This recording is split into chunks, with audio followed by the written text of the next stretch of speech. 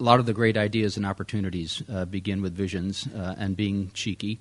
I don't know if that's the right adjective for the Constitution. And in Nodziwe, we had a great discussion about the aspirations. I keep a copy of the South African Constitution next to me on my desk in New York. It is an aspirational document, and one that I think leads a lot of us into believing what's possible.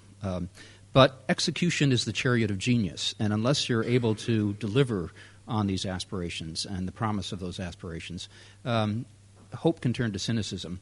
And I think it's the people in this room and Inyathelo who are the vehicle, that chariot for genius, for trying to execute on the promise of the Constitution. So we have high hopes for you, and we're, as I said, very privileged to be partners with you in this venture.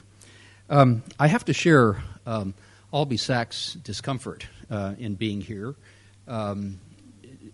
In that I think if Chuck Feeney were here, he'd be very uncomfortable. It's not in his style, nor has it historically been in its Atlantic style, to keep hearing our name repeated. Thank you very much. It's very appreciated. But Chuck is often said as a show me, not tell me kind of guy. And we have put together this book on capital projects because Chuck Feeney, our founder, was very interested in tangible vehicles for the genius of the people who inhabited those vehicles. And the buildings that are reflected in the books that we have here, and each one of you will get a copy as you leave, are really intended to capture that notion of building vehicles that house innovation, creativity, courage, but ultimately execute on the wishes and promises that we each have. And so it's with mixed feelings that I'm here. On the one hand, we're an anonymous organization, and here we are touting what we've done.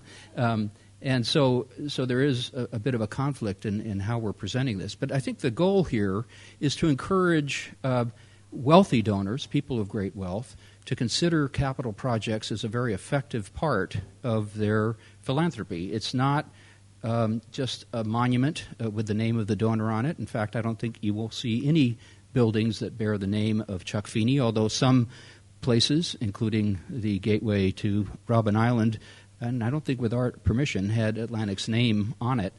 So there are, I think, 2 or 3 such places in the world, which is probably not a bad result for over about $2.8 billion of capital projects that we've invested in over the past 25 years.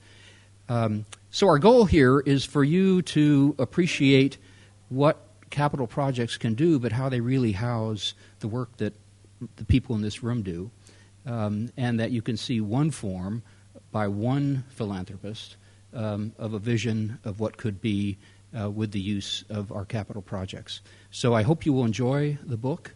I hope that you will be inspired by it. I hope that you will share it with people of wealth to encourage them to consider ways of becoming chariots to execute on your genius. Thank you very much.